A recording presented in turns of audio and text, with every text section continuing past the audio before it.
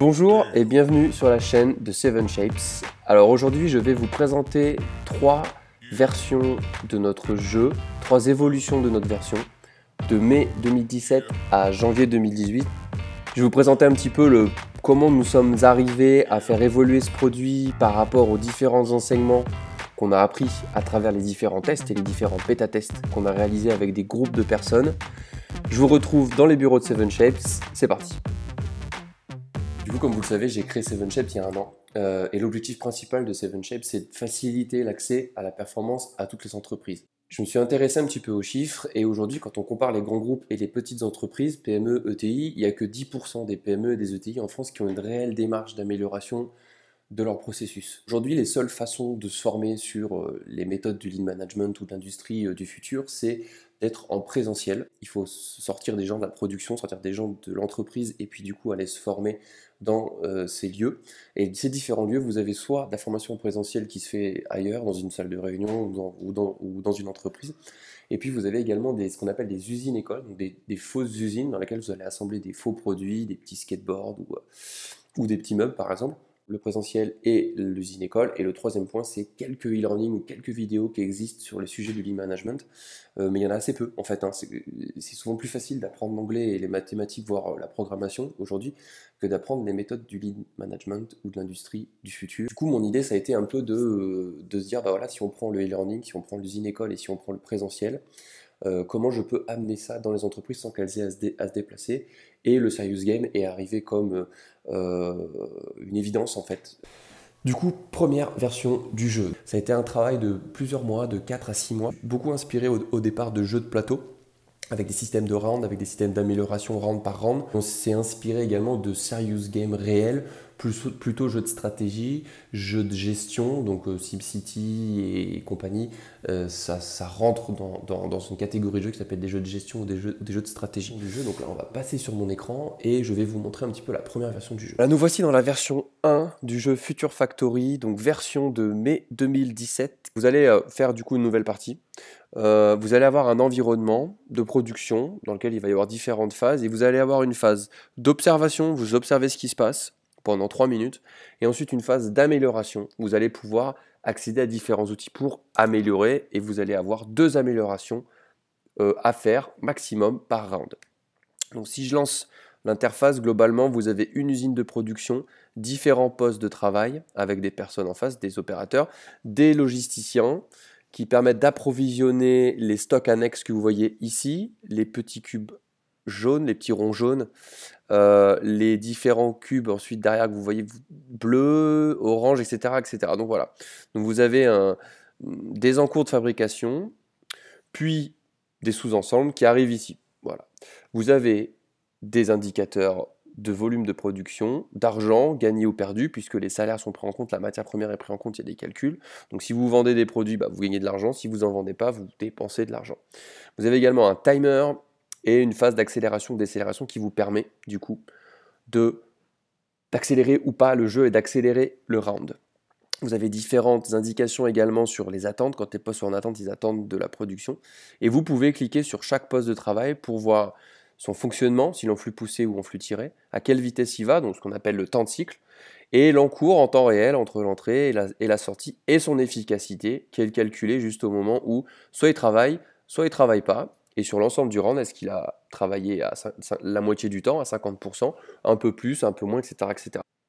Donc j'ai avancé volontairement le round. Vous pouvez vous rendre compte qu'il y a en fait déjà des premiers gaspillages d'attente.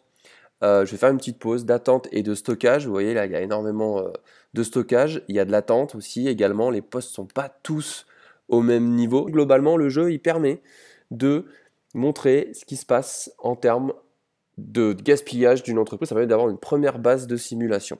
Les résultats du round. Donc vous avez le volume de production, les défauts et les encours et une première boucle de chiffre d'affaires.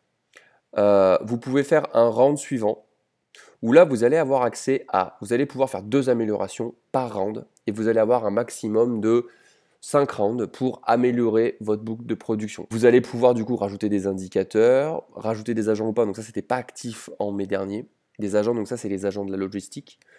Rajouter des véhicules ou non, changer les tailles de l'eau de transport ou non, et vous allez pouvoir également déplacer les machines, les retourner, et à chaque fois vous voyez que j'ai fait déjà une amélioration. Si je bouge une deuxième machine, vous voyez que j'ai déjà 2 améliorations possibles. Voilà, donc vous pouvez réimplanter votre ligne. Et une fois que vous avez fait vos différentes améliorations, eh bien vous allez pouvoir du coup recommencer un round et voir ce qui se passe suivant les améliorations que vous avez faites. Voilà, donc là j'ai fait n'importe quoi, mais c'est pas grave. C'était plus pour vous montrer à peu près les mécanismes du jeu.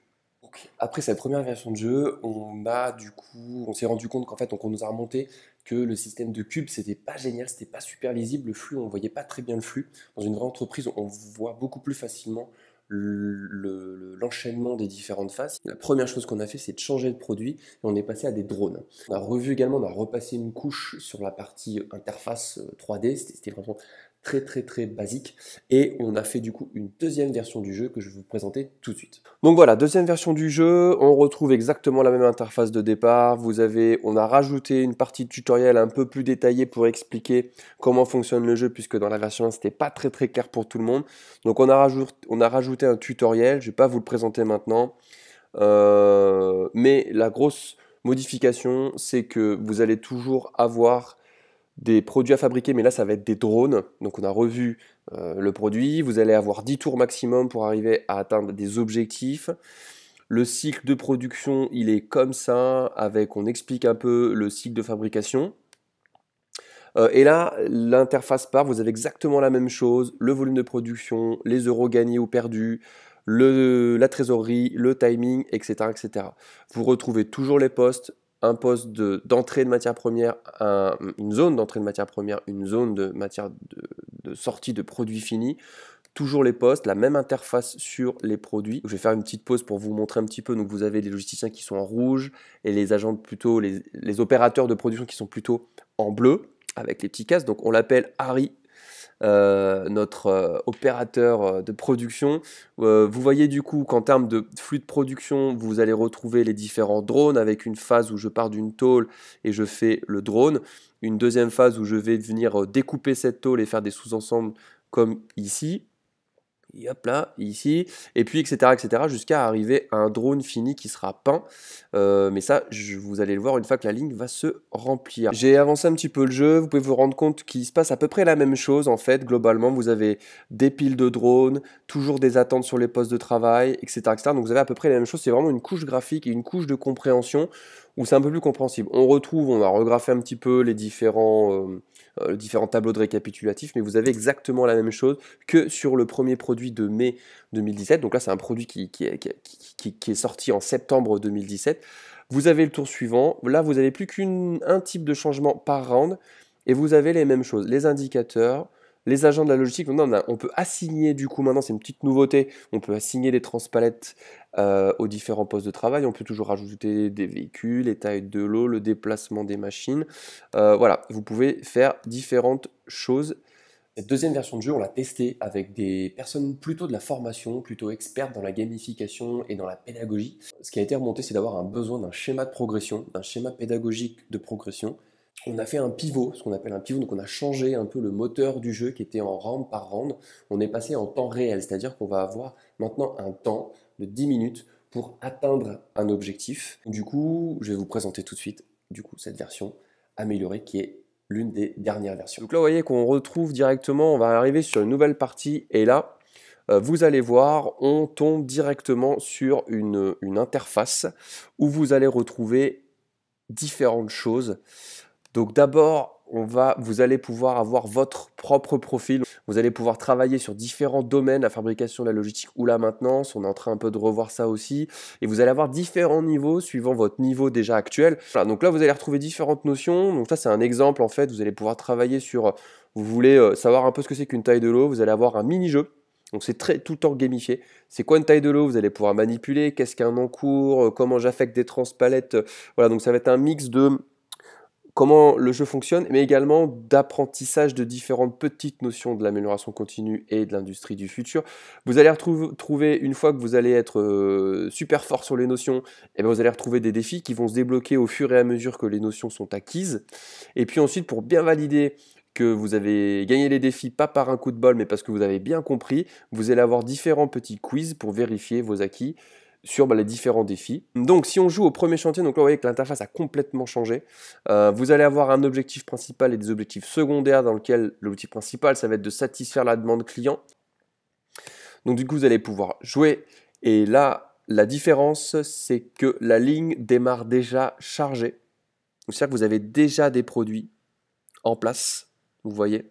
On retrouve exactement la même chose, donc là je vous fais un petit dézoom pour voir le reste de l'usine, vous voyez qu'il y a la logistique qui va arriver, la maintenance qui va arriver, l'office, etc. Enfin bref, voilà, on a plein d'idées, mais au moins pour vous sensibiliser à comment ça fonctionne une entreprise. Donc vous retrouvez 5 postes de travail, toujours des drones, les palettes, le stock d'entrée, le stock de sortie. Vous avez des icônes qui ont été changées un petit peu. Vous retrouvez du coup toujours le temps de cycle, les stocks annexes, etc. Vous allez retrouver du coup vos différents indicateurs. Vous allez retrouver également votre temps qui maintenant s'écoule. On est en temps réel, donc là on est parti de 10 minutes. Et en 10 minutes, vous devez atteindre les différents objectifs et vous avez différentes choses en temps réel, et là vous pouvez faire vos améliorations quand vous voulez dans la limite de l'argent disponible. Par exemple le spaghetti flux, le jeu va vous permettre en fait de retracer différents flux. Vous allez avoir dans une version qui arrive aussi le calcul du temps de déplacement, etc. etc. Typiquement le spaghetti flux c'est un truc que vous allez voir en fait dans une notion pour comprendre à quoi ça sert. Donc ça sert notamment en fait à calculer les temps de déplacement et à calculer le gaspillage de transport. Voilà, donc en gros, vous allez avoir plusieurs choses, plusieurs phases, et vous allez avoir 10 minutes pour atteindre l'objectif. Et si toutefois j'atteins mes 0 défauts, mes 35 en cours, mes 0 accidents et mes 11 produits, 12 produits par minute, eh ben, je vais gagner le jeu. Donc voilà, je voulais vous présenter un petit peu les différentes évolutions en 6 mois en fait de différents jeux. Donc là vous voyez qu'on est vraiment en mode startup, en mode lean startup.